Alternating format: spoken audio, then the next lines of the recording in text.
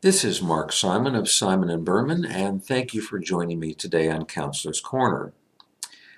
The topic of discussion today is notice of default. These are commonly referred to as either a notice of default or a notice of default and election to sell.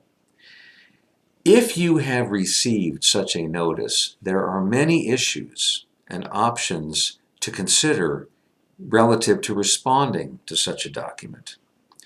Most notices of default pertain to the failure to make a required money payment. However, the notices could also pertain to your failure to do something else required of you.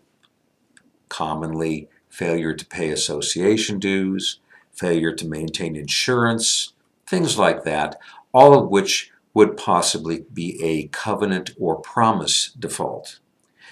There are many notices and other documents that must also be legally sent to you in a foreclosure proceeding, and the notices will differ if the property is residential, typically your home, or commercial, mainly business properties. Notices may come from your mortgage company. They may also come from your homeowners association. We can help you address any notices that you may receive and determine the best way to respond in order to protect your property interests. Again, this is Mark Simon of Simon and Berman, and thank you for joining me on Counselor's Corner.